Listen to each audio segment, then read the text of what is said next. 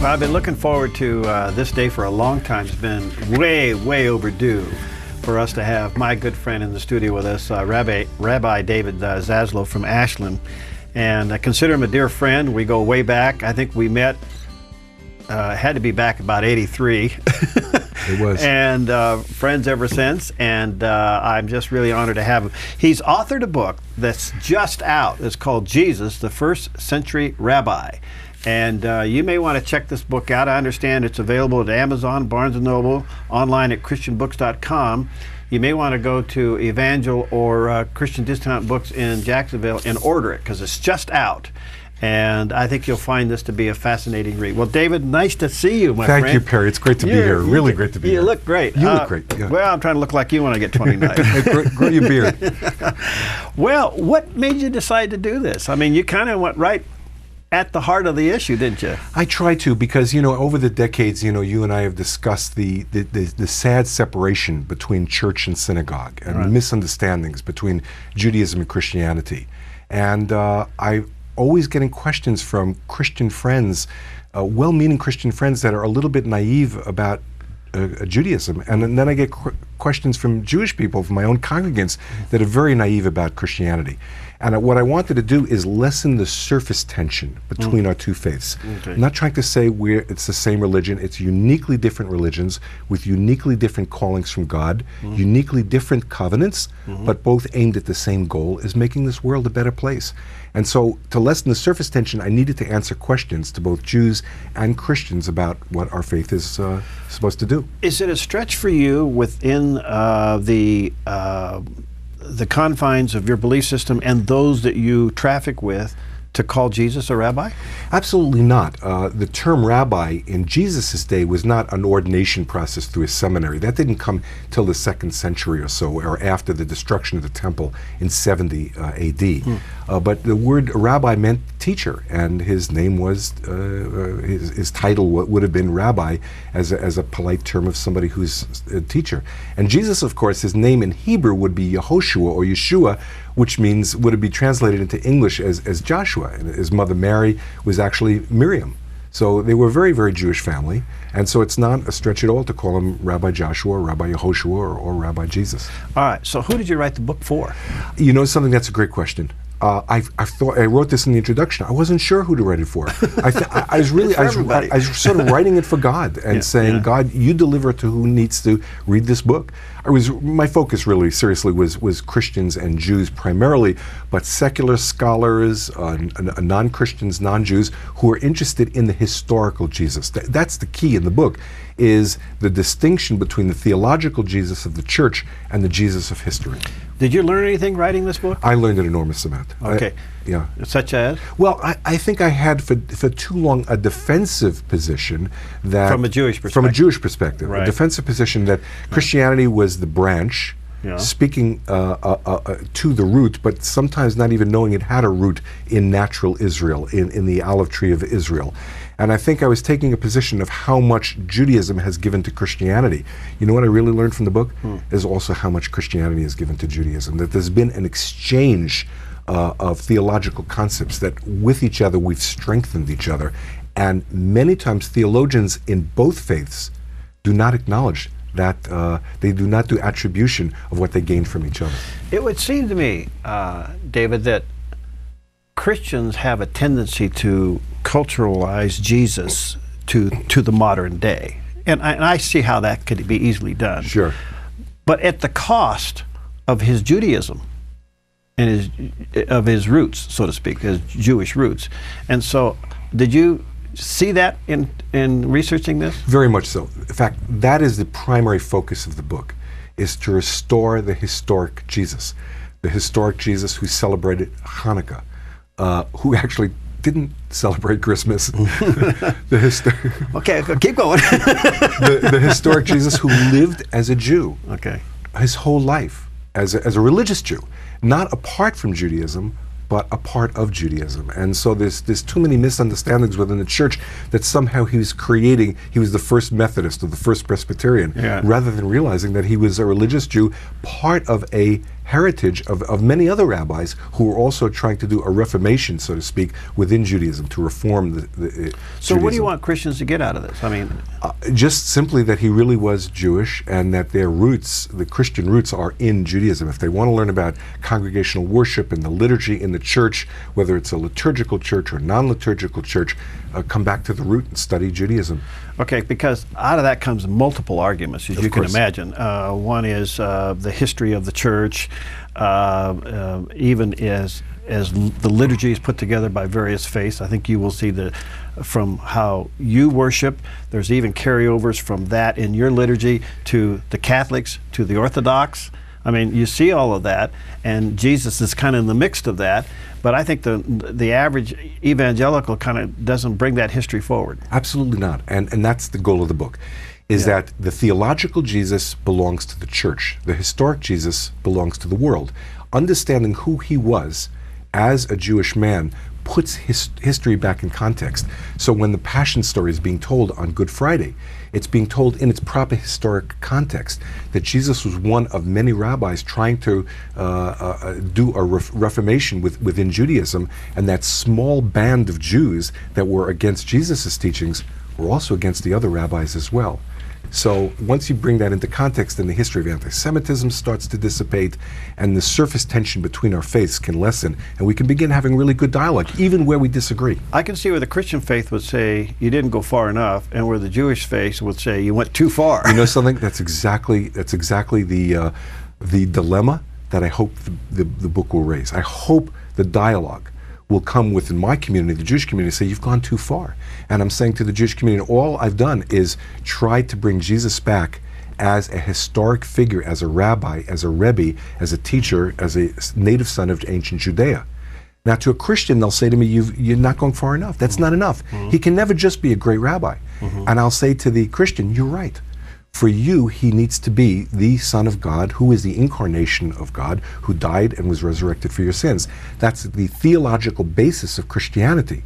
So can we live with each other's definitions of Jesus? Theological Jesus for Christians, historic Jesus for Jews. Now, the answer is that it makes it tough. Right, exactly. Okay. Cool us down a little bit. Let me take a quick break. Rabbi David Zaslow with us. His new book is entitled Jesus, the First Century Rabbi. You may want to get this. Take a look at it. We'll take a quick break. We'll be right back.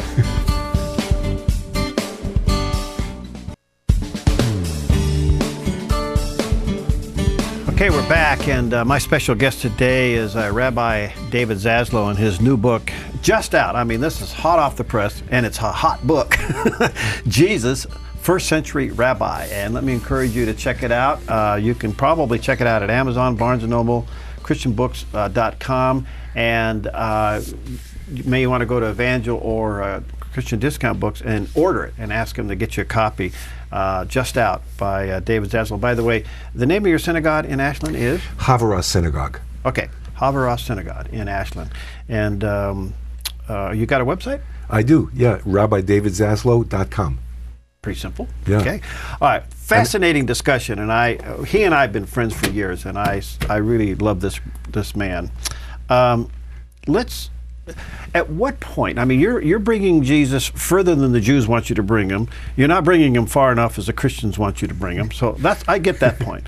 At what point does the Jewish community stop Jesus in their theology and in their history and bringing him forward? At what point do they say that's enough of him? It's not that, the Jewish community has rarely looked at Jesus because of the anti-Semitism that went on in Europe for 1,000 years, right. More than 1,000 years. It was too painful for us to look at Jesus because the way the gospel was presented to us was with Constantine's sword. The cross was turned into a sword. When we hear the word crusades, I told a friend of mine who is a leader in the Campus Crusades for Christ, I said, that's not a good term for Jewish people because the crusades were aimed at converting us. Right. So the point is we don't much look at Jesus. And so for the first time in history, in this era, with the reconciliation after Vatican II and after the evangelicals, after 67, started really taking a look at the root and branch and the connection between Israel and the church, we're beginning to have this dialogue. This is all very, very new. So for the first time, for example, my book is based upon the work of academic Jewish scholars who are committed both to their Judaism and to historic scholarship. So this is not a lot of my opinions, because my opinions are not worth that much. What I try to do is compile the best scholars in the country, mostly Jewish. And so is there a move, David, among Jewish scholars to find this ground with Christians to have some kind of a relationship? I believe so. I think, though, the relationship is based upon mutual respect, not necessarily full agreement. Yeah, well, that'll probably not happen. Well, what can happen is the dialogue, just like right. what we're having. The dialogue is as important as coming to... See, in Judaism, mystery is important. Paradox is important. We don't have to have the answer. In Judaism, the question sometimes is more important than having the answer. Right, right. And so, for example, one of the top scholars in the country in this work is Amy Jill Levine, and she wrote a book called The Misunderstood Jew. It's something I recommend to every Christian and every Jewish person to read, to understand the distinction between the theological Jesus, who belongs to the church, and the historical Jesus that really belongs to everybody. So as we start to reclaim Jesus historically, it's right, for a Christian it's not enough. It shouldn't be enough. Right, right. But can we live with that paradox? Can we live with the mystery that for the Jews, the most we can ever reclaim Jesus is as a rabbi, as a native son of Judea, and for Christians it's not going to be enough, and I say that's okay. Fascinating, because I am surprised, and I don't know if your research brought this out, but I am really surprised of a growing recognition, maybe is the best way to explain it, of anti-Semitism even among Christians. It almost seems to be a little bit on the rise, and I'm going, what's this all about? I mean, why? Did you see any of that in your research? I've seen it historically. It's not only just, it's not just the rise of it. It's always been there because of the terrible mistranslations and misinterpretations of the Christian scriptures by sometimes well-meaning priests and pastors who will take the Passion story out of context and really blame the Jews for the crucifixion, the concept of deicide. I mean, they call you Jesus killers, right? They call us Christ killers. And the idea that the Jews killed Jesus. And the idea, well, even if the Jews didn't kill Jesus, they handed him over to the Romans to kill. They don't understand that a trial by night is impossible within Judaism. That the reason they probably had a trial by night is because the people who were students of Jesus, who were followers of Jesus, would have had a riot. And who were those students? They weren't Catholics. They weren't Methodists. They were Jews. So his followers were Jews. His teachings were thoroughly, thoroughly Jewish.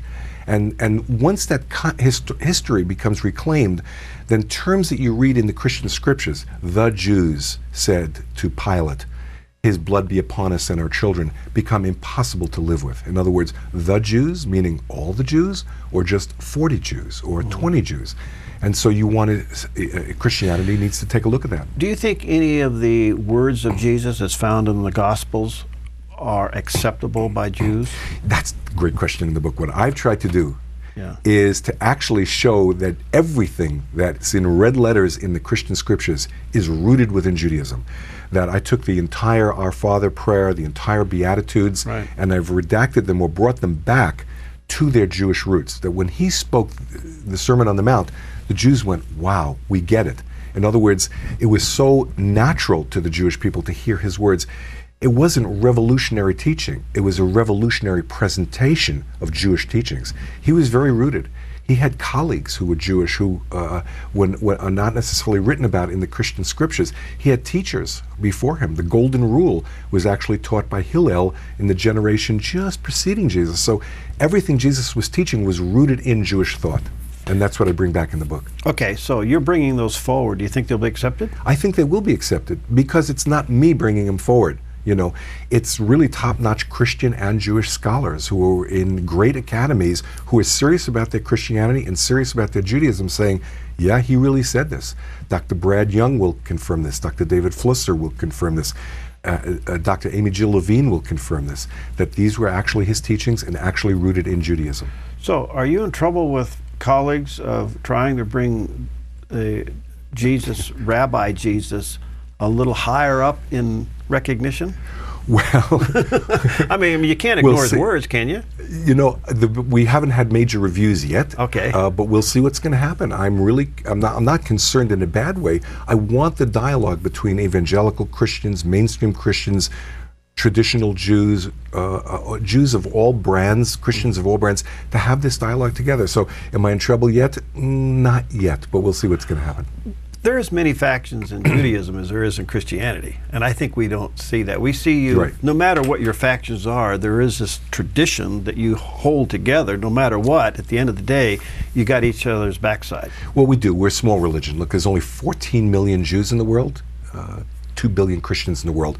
So we have a lot of factionalism. We have a lot of disagreements. You saw this in the first century. Look, Jesus is teaching to the factionalism that was going on in ancient Judea. You had the Sadducees, and you had the Pharisees, and you had the Essenes, and you had the Zealots. You had different sects, and they were squabbling with each other just like Jews squabble with each other today. How do Jews handle the crucifixion?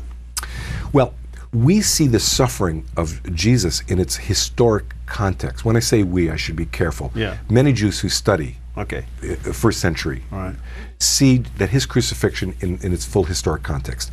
Josephus reports that 50 to 100,000 Jews were crucified, that the streets of Jerusalem on any given day were lined with crucifixes. So we don't see Jesus' death as exclusive. We see his death as inclusive of all the suffering that went on in that first century by the Roman occupation. So we see his death as a vicarious or substitutionary atonement in the same way we see the suffering of any human being as a vicarious or substitutionary atonement. Then that would transport us to the resurrection. It would, yes. And how do you handle that? Well, first of all, the way Christians understand the resurrection is a little bit different at times than the way Jews understand the resurrection. So we understand it both allegorically. In other words, there are dead places in ourselves that need to be resurrected. Paul spoke about that. He spoke about partaking in the resurrection.